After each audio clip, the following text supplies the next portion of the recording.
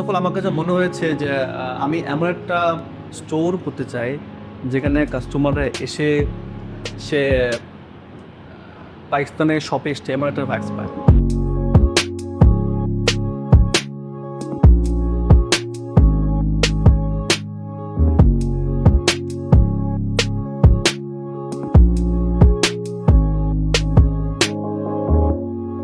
এগুলো বাংলাদেশে মানুষরা খুব পছন্দ করছে পাকিস্তানি প্রোডাক্ট। তো আমরা ভাবছিলাম যে কোন ব্র্যান্ডের সাথে কাজ করা যায়। তো লাস্ট 2 ইয়ার্স ধরে আমি রিসার্চ করে দেখলাম যে না, Nishat could be the one brand.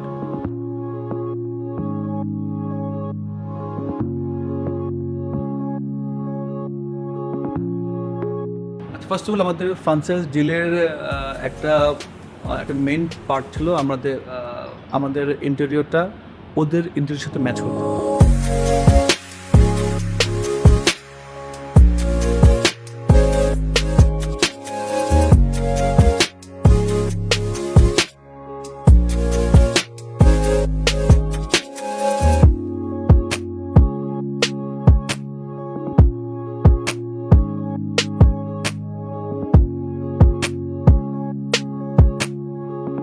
আমাদের পাইকিংদের মধ্যে ডিজাইন আসলো, প্রত্যেকটা পার্টসের প্রত্যেকটা সেকশনে একটা ড্রয়িং পাঠিয়েছে।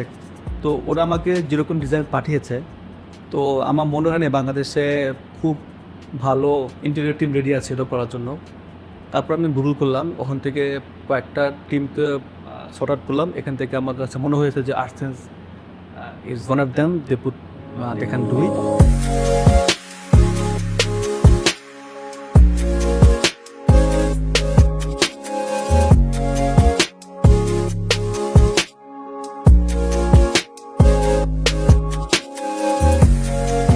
মধ্যে মেইন চ্যালেঞ্জ ছিল আমাদের কমিউনিকেশন, যেন আমার বাংলাদেশ ওরা পাকিস্তান, আমাদের একটা ল্যাঙ্গুয়েজ ব্যারিয়ার ছিল, আমাদের অনেক কমিউনিকেশন গ্যাপ ছিল। আমরা সব ভার্চুয়ালি সব কিছু করার চেষ্টা করেছি, ভিডিও কল, অডিও কল। আপনি দেখবেন আমাদের কাজগুলো খুবই ডিফারেন্ট।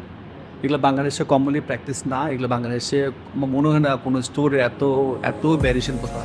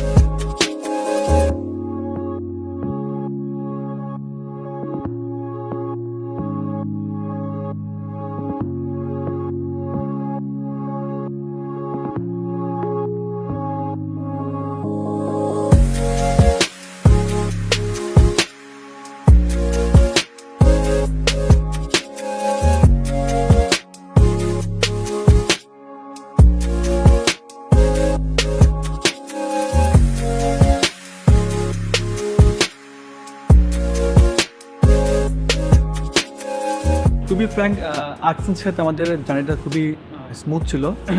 তাদের expert team, they are very professional. তাদের প্রত্যেকটা টিম মেম্বার এক্সপার্ট। বিশেষ করে ইলিয়াস ভাই, নাজির ভাই, তারা পুরোটা জার্নিতে খুবই কেয়ারফুলি সবগুলো জিনিস হ্যান্ডেল করেছে।